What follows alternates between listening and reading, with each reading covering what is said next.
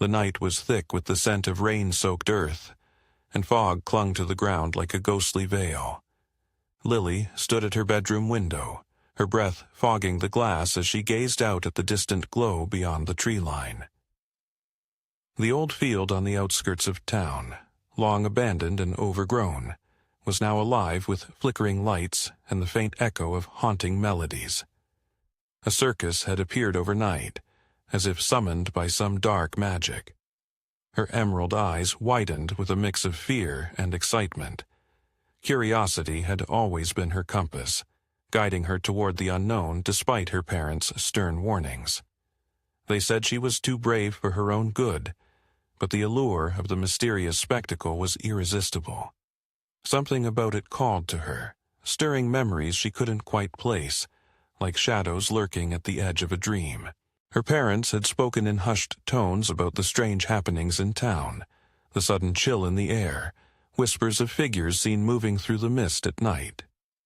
They warned her to stay inside after dark, to lock the doors, and ignore the sounds that drifted on the wind. But Lily was not one to be confined by fear. Restlessness gnawed at her, a hunger for answers that could not be sated by cautionary tales. Yet, beneath her defiance lay a seed of doubt. Nightmares had plagued her lately, visions of spectral figures and distant laughter echoing through endless corridors. She couldn't shake the feeling that the circus was connected to these dreams. The more she tried to ignore the pull, the stronger it became, until she could resist no longer. Determination set in her jaw, she slipped on her coat and boots, silently promising herself she'd be back before dawn. The path through the woods was a tangle of shadows and silvery moonlight. Leaves whispered secrets underfoot, and branches reached out like skeletal hands to brush against her as she passed.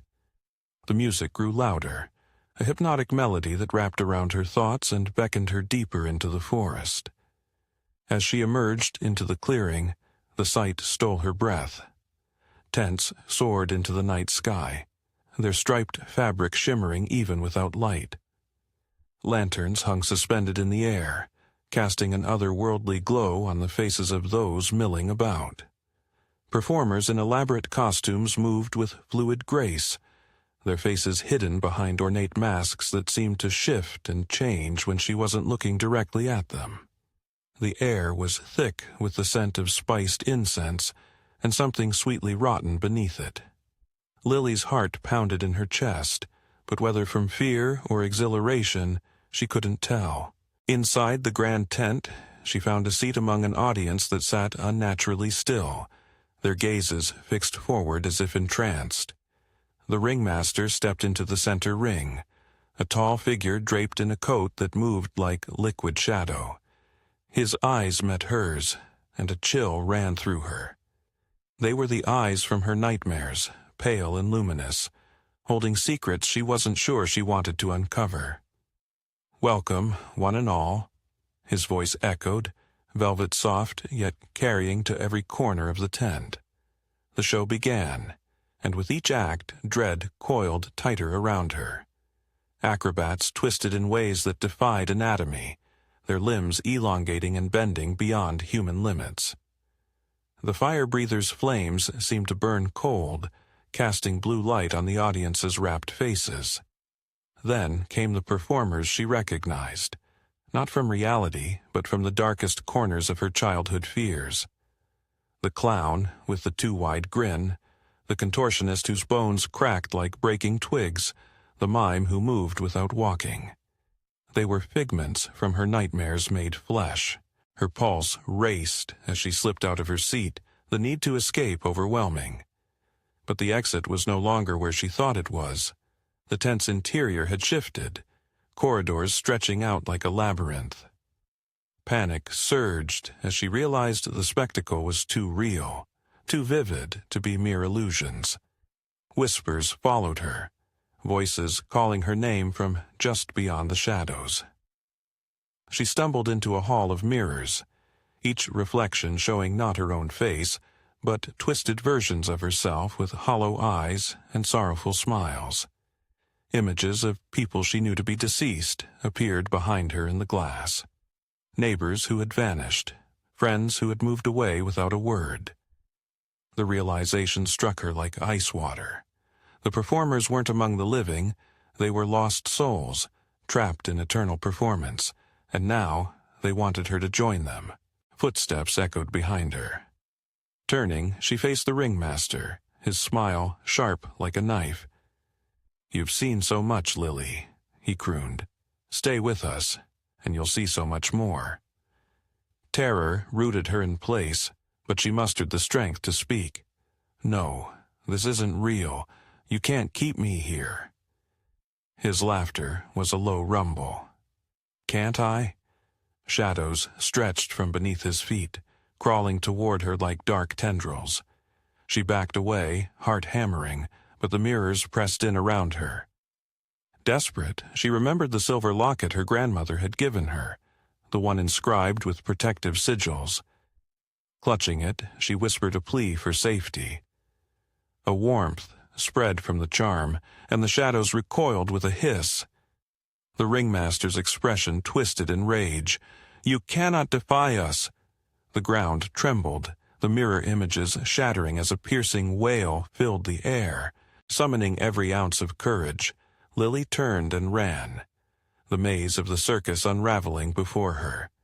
The tents were collapsing, the lights flickering out one by one. Spectral hands reached for her from the darkness, but she pressed on, lungs burning, until she burst into the cold embrace of the night outside. Behind her, the circus imploded silently, leaving nothing but an empty field and the faint echo of that haunting melody. Relief washed over her, but it was short-lived. The silence of the forest was absolute. Not even the wind dared to stir. As she made her way back home, dawn broke, painting the sky with hues of pink and gold. Yet something was wrong. The village was deserted. Doors hung ajar, windows shattered, but no sign of life stirred. Fear gnawed at her as she rushed to her house, calling out for her parents. The walls were marked with strange symbols, the air heavy with decay. In her bedroom, she found a mirror, the only object left untouched. Approaching it cautiously, she peered into the glass. Her reflection smiled back, but it wasn't her smile.